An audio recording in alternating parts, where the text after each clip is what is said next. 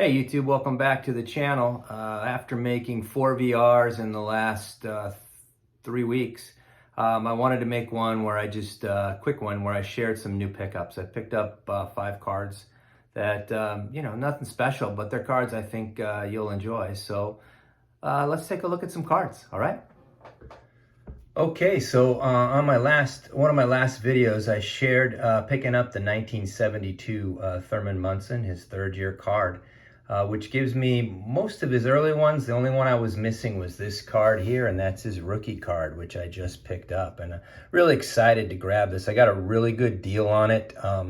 It does have a small wrinkle down here in the corner, but outside of that, picture's crisp. Centering looks really good. I've been wanting to add a Thurman to my collection without really breaking the bank, and this one did it, so I was pretty excited to pick this one up. I shared with you guys some pickups from an antique store, and I went back and I grabbed a couple more of these NBA big boys. They're just gorgeous looking cards. You know, they're not in perfect shape, but the pictures themselves are stunning. This one's got 3 all-time great players, right? Jerry West, Lou Alcindor, Elvin Hayes. Here's the other version of it. It's the scoring leaders. One was the average, one was the actual points. The key here, I think, is Elvin Hayes. I don't know how many people understand just how great a player Elvin Hayes was. You know, when he was in college, he played Alcindor in the game of the century, the first nationally televised regular season game in the Astrodome, where they upset UCLA 71-69 and snapped their 47-game winning streak. And in that game, he scored 39 points and had 15 rebounds. UCLA won the rematch, and went on to win the national title. But Coach Wooden put a triangle and 2 in place where Alcindor played behind him and Len Shackelford played in front of him, just to stop him in that game. In his college career, he averaged 31 points and 17.2 rebounds. He was the #1 draft pick of the San Diego Rockets. Went on, he led the league in scoring and in rebounding. He was eventually traded to Washington, where he teamed with Wes Unseld, and they went to 3 finals in 75, 78, and 79, and they won the 78 champion. So he's an NBA champion, 12-time All-Star, 6-time All-NBA, 2-time All-Defensive Player. He's still 11th all-time in scoring with over 27,000 points, and he's 4th in rebounds all-time with over 16,000 rebounds. The only players ahead of him are Jabbar, Chamberlain, and Bill Russell. So Elvin Hayes was an all-time great player that I don't think a lot of people know, because he played a while ago, but wanted to call that out. And then lately I've been getting into a little football. So I picked this 1970 Johnny Unitas up, which, it's in I've always liked this card. I have this card from my childhood, but not in this good a shape. I picked this one up. I was excited to get it. It was in great shape. John Unitas, I think he gets forgotten because the game's evolved so much and the rules have changed so much that some of the stuff he did back in his day, it just gets forgotten. But he needs to be in the discussion of all-time great quarterbacks. He was the prototype for the modern quarterback. He was a 3-time MVP, a 10-time Pro Bowler, 5-time first team All-Pro.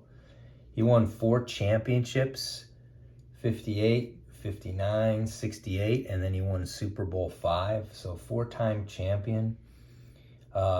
From 56 to 60, he threw a touchdown in 47 straight games, and that's a record that stood for 57 years, right? Ended his career with over 40,000 yards passing, 290 touchdowns, and he's still the number 23rd in yards and number 17 in TDs. And when you think about how much the game's changed and the rules now make it so much tougher for defenses, what he did in his day was unbelievable. So big Unitas fan. I was really happy to grab this card. Last card I got is this 1970 Alan Page rookie card, and I was excited to grab this one. I got it really cheap on eBay. It's got fantastic centering. The corners are in pretty good shape. It's his rookie card, and Alan Page is another one that, I don't think people quite understand. He was when he led Notre Dame to a national title in 1966 when he was a consensus All-American. He was drafted in the first round, number 15 overall by the Minnesota Vikings. And, he went on to have a fantastic career. He was a 6-time All-Pro, 3-time second choice All-Pro. He had 9 consecutive Pro Bowls. His career high in 76 was 18 sacks in a season.